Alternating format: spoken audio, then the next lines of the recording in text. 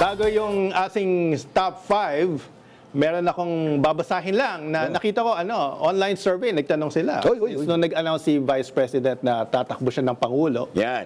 Pero hindi sinabi kung sino daw yung vice-presidente niya. May mga nag-survey sa Facebook. Facebook ito. Hindi to scientific. Hindi scientific. Sino daw yung pili nila na Vice President ni Sara Duterte, tumakbong president? Kasi siya pa lang ang nagdedeklara eh. So may tatlong options sila. Si Robin Padilla, si Dante Marcoleta, at si Amy Marcos. I'm curious. At tatlong senators.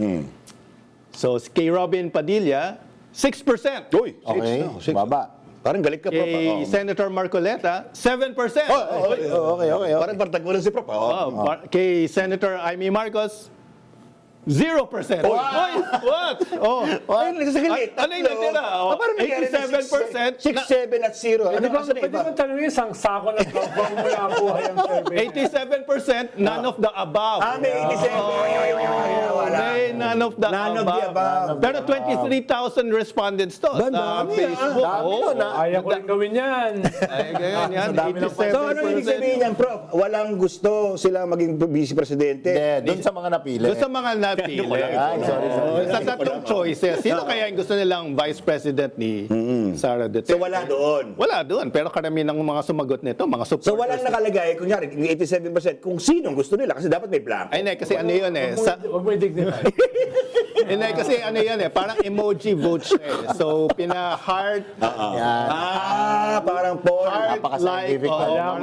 Kala ko, Dok, pinapaandaran mo si Sentry rito. Ito, may survey firm na sarili to. meron naman, pwede naman. Pero parang meron din tayo survey firm na dito. Meron din. Parang. Ano nga ba ang sabi ng survey firm na yan? Ano? Well, wala pa, pero Never change. wala pa. Abangan. Wala pang release si Professor Anjet eh. Tawag niya, waiting for Godot. Waiting for... Sentry. Pero, yung top 5 trending, ito lang, saglit lang. Yung over the past week, lang. number 5, Women Month Take your time, 2026. Tama. Yan ang kailangan. Topak Show! Suntay! Jinggoy! Huwag niyong kalimutan, Women's Month na Number 4 naman, na ito yung mga hinahanap ng mga kababayan natin sa Google. Ramil Madriaga, number 4. Of course. Number 3, Bong Suntay. Not for the right reasons, ha? Suntayin mo!